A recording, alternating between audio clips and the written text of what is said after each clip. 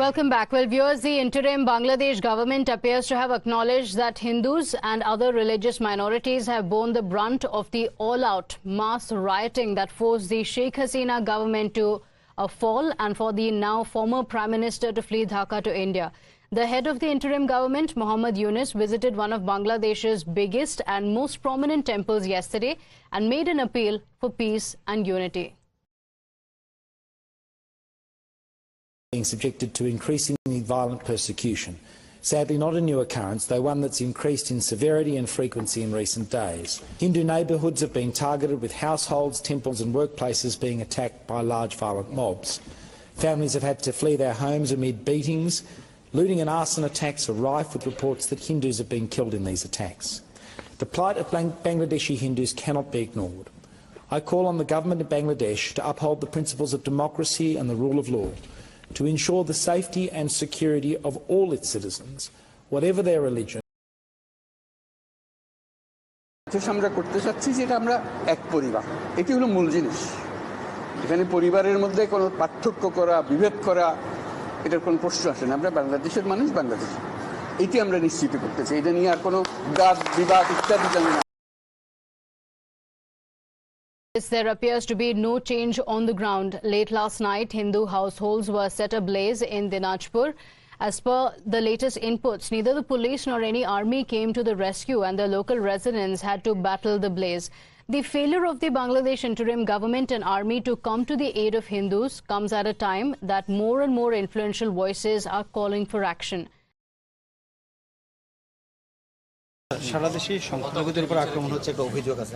এটাও আমি বলেছি যে এটা প্রত্যেকটি নাগরিকের কর্তব্য তুলসী যে মাইনরিটি বা আমরা যাদেরকে মাইনরিটি বলি, সংখ্যালঘু সম্প্রদায়ের গায়ে হাত যেন না পড়ে। মেজরিটি যারা আছে, যারা মেজরিটি রিলিজিয়ন, এটা তাদের একান্ত পবিত্র কর্তব্য। আপনারা যদি না করেন, এই মসজিদে গিয়ে সারাক্ষণ নামাজ পড়েন, এটাই হিসাব আপনাকেও দিতে হবে যে আপনি কেন প্রোটেক্ট করতে পারলেন না যারা আপনার কাছে প্রোটেকশন চেয়েছে। এটা আমাদের ধর্মেই আছে যে আপনি প্রোটেক্ট করবেন, বিং মেজরিটি। সেটা না করে যদি এটা করেন, এটা মৌলানা সাহেবদের জিজ্ঞেস করেন।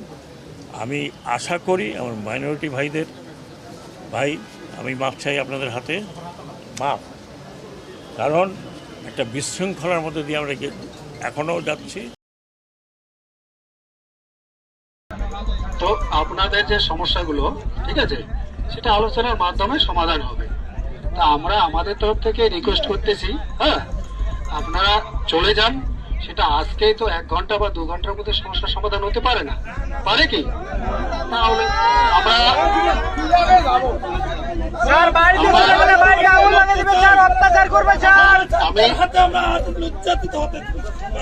আমরা আমরা জানি ব্যাপারটা হচ্ছে এই জিনিসগুলো আমরাও বুঝতেছি, স্যাররাও বুঝতেছে।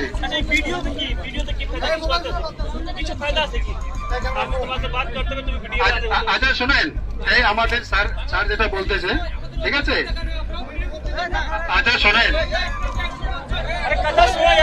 আমাদের স্যারদের সঙ্গে আপনাদের যে স্যার আছে তাদের আলোচনা হয়েছে, স্যার আমি এখন বললেন আর কি, ঠিক আছে? আর আপনাদের যে সমস্যা ওনারা শুনবেন, এবং ওরা ওখান থেকে যে মেসেজটা দিয়েছে, মানে খবরটা দিয়েছে, সেটা আপনাদের যেতে বললো। এবং আপনাদের যে আছেন, যে দায়িত্ববান লোক আছেন, ব্যক্তি আছেন, তাদের সঙ্গে আলোচনা করবেন।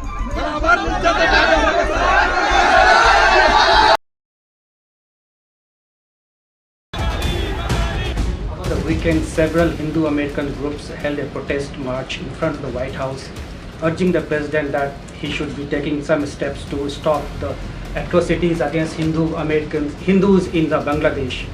And also 2 of the Hindu lawmakers, Raja Krishnamurthy and Shri Khaneda, who both are from the Democratic Party, they have also written letters to the administration seeking their help in stopping atrocities against Hindus in Bangladesh and other minority groups. So look, we're going to continue certainly to monitor the situation. I don't have anything else to add, to say beyond that. But when it comes to any type of human rights issues here, The president has been very consistent in speaking loud and clear in public and also privately. Don't have anything, and he'll continue to do that, but don't have any specific engagement to speak to at this time.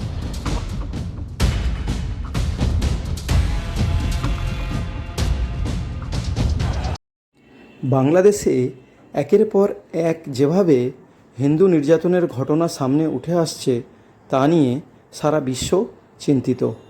America থেকে Australia সবাই বাংলাদেশ সরকারকে এ নিয়ে প্রতিকারের ব্যবস্থা করতে বলেছেন। ভারতবর্ষ তার ব্যতিক্রম নয়, কিন্তু ভারতেরই কিছু পত্রকার মিডিয়া আছে যারা এটাকে বৈধতা দেয় না, উপরন্তু তারা এইটা বলে যে বাংলাদেশে হিন্দুরা ভালো আছেন। বাংলাদেশের কোনো মিডিয়াতে বাংলাদেশে হিন্দুদের নির্যাতন নিয়ে কোনো কথাই প্রকাশ করা হয় না। এই একজনের কথা শুনুন। এনার নাম হচ্ছে দীপক ব্যাপারী। আমি এনার ব্যাপারে আগেও ভিডিও করেছিলাম। হিন্দুদের বিরুদ্ধে কথাবার্তা, যারা হিন্দু ধর্ম অবলম্বন করেন তাদেরকে অন্ধবিশ্বাসী, কুসংস্কার বলে অপমান করেন।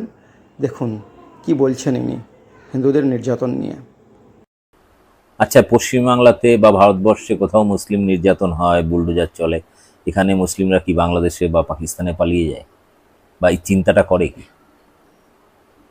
বা ভারতবর্ষে মুসলিম নির্যাতন হলে পাকিস্তান বা অন্য অন্য কোনো মুসলিম দেশ থেকে রীতিমতো হুমকি, থ্রেট বা সেখানকার সেনাবাহিনী পাঠিয়ে দেয় কি ভারতে? স্যার বোধহয় এটাই বলতে চাইছেন যে বাংলাদেশে হিন্দুদের উপর কোনো নির্যাতন হয় না, কিন্তু ভারতে মুসলিমদের উপরে নির্যাতন হয়। উল্টো দিকে বাংলাদেশের হিন্দুরা চাইছে ভারত সরকার এখানে মিলিটারি পাঠাক, ভারত সরকার আমাদের আশ্রয় দিক। কেন ভাই, তোমরা কি ছিড়ছো ওখানে? সরি স্যার, বুঝতে পারিনি। আপনি তো বাংলাদেশের হিন্দুদের কথাই বলছেন। হ্যাঁ, তাই তো। ওরা যদি ওখানে থাকে, মরে যায় বা লুণ্ঠিত হয় বা কারোর ইজ্জত চলে যায়, আমাদের তো কিছু যায় আসে না। আমরা তো ভারতে আছি, ওরা তো বাংলাদেশি, তাই না স্যার? তো এই বিষয় নিয়ে বাংলাদেশে যখন কয়েকটি হিন্দু সংগঠন, বিজেপি, আরএসএস এর ব্রাঞ্চ এবং আওয়ামী লীগের মদতে কয়েকটি বড় বড় জমায়েত করেছে, মিছিল মিটিং করেছে, সেই মিছিল মিটিংয়ে ওখানকার বিভিন্ন সাংবাদিকরা বিভিন্ন সময় গিয়ে তাদের বক্তব্য জানতে চেয়েছে। জানতে গিয়ে ফাঁটাবাসে আটকে গেছে। কয়েকজনকে প্রশ্ন করেছে, আচ্ছা আপনারা এখানে এসেছেন কেন? বলছে আমি যাই না, অমুককে জিজ্ঞেস করুন। আমি যাই না, অমুককে জিজ্ঞেস করুন। ও রিয়েলি স্যার, আপনি তো দেখছি বিএনপি আর জামাতের যে মুখের কথা সেটাই বলছেন। ওদেরও একটা ভিডিও এইরকম এসেছিল, লোকজনকে এইরকম সাজিয়ে নিয়ে তাদের মুখে আপনার মতো এইরকম কথাটা বসিয়ে দিয়েছিল যে জানি না, বা এই কোথায় কি হয়েছে আমি বলতে পারছি না, থানা কোথায়। এই করে একজন বলল ওই মন্দির ভাঙার বিরুদ্ধে। তা বলছে আপনি কোথায় থাকেন? বললো সিলেটে। বলছে সিলেটে কোথায় কোথায় মন্দির ভেঙেছে, একটু অ্যাড্রেসগুলো দিন আমাকে। বলতে পারল।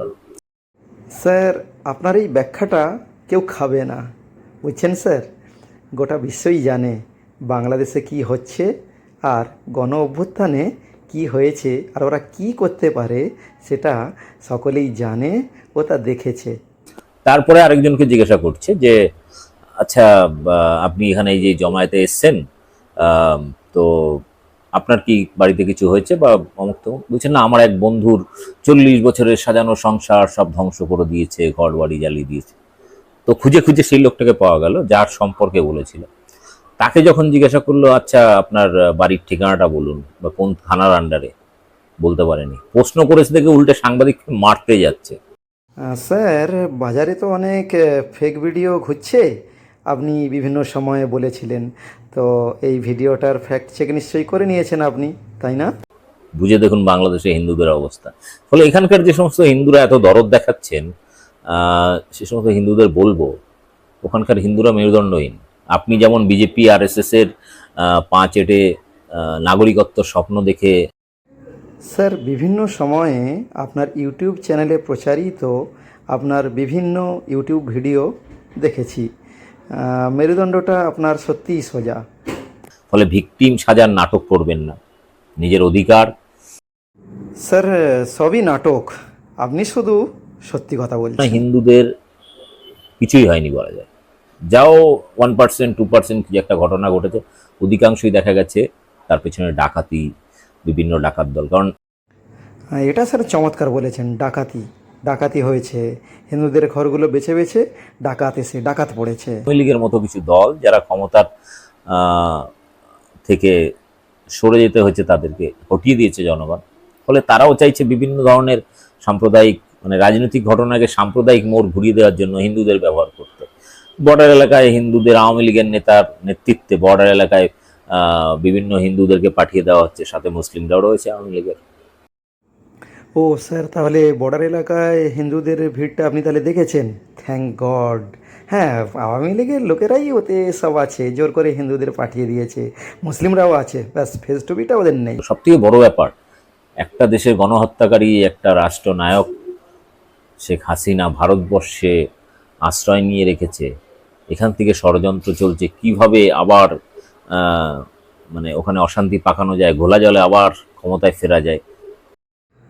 স্যার, এটা কিন্তু আপনার কথা হলো না, আপনি একেবারে বিএনপি আর জামাতের লাইন ড্র করছেন। না স্যার, এটা মানা যাবে না।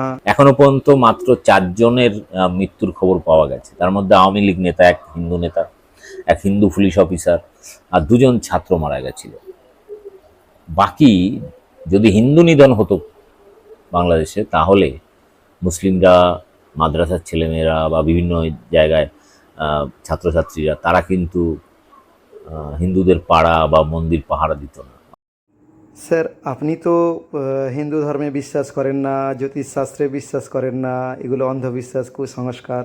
তাহলে ঘরে বসে কিভাবে আপনি বুঝতে পারলেন যে 4 জন মাত্র মারা গেছে? ওহো, আচ্ছা আচ্ছা, আপনার সাগরেদরা ওখান থেকে আপনাকে তাহলে ইমেল করেছে। হিন্দুরা ভিকটিম না হলেও ভিকটিম করার ভান করে, অর্থাৎ নিজের পায়ে নিজে কুরুল মারছে, আর সুযোগ নিচ্ছে কে? Awami League, BJP, RSS. ফলে যতদিন ভারতবর্ষে হাসিনাকে প্রশ্রয় দেবে, ততদিন এই নাটকটা চলবে। এবং হ্যাঁ স্যার, সবই নাটক, সবই নাটক, আপনি একাই সব বলে দিলেন।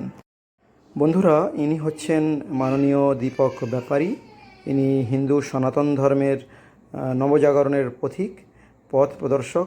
বিভিন্ন সময়ে ইনি সমাজের অন্ধবিশ্বাস, কুসংস্কারের বিরুদ্ধে আলোর দিশা দেখিয়েছেন, আর হিন্দু ধর্মের সমালোচনা, নিন্দা, এগুলো এনার হচ্ছে মূল আলোচ্য বিষয়।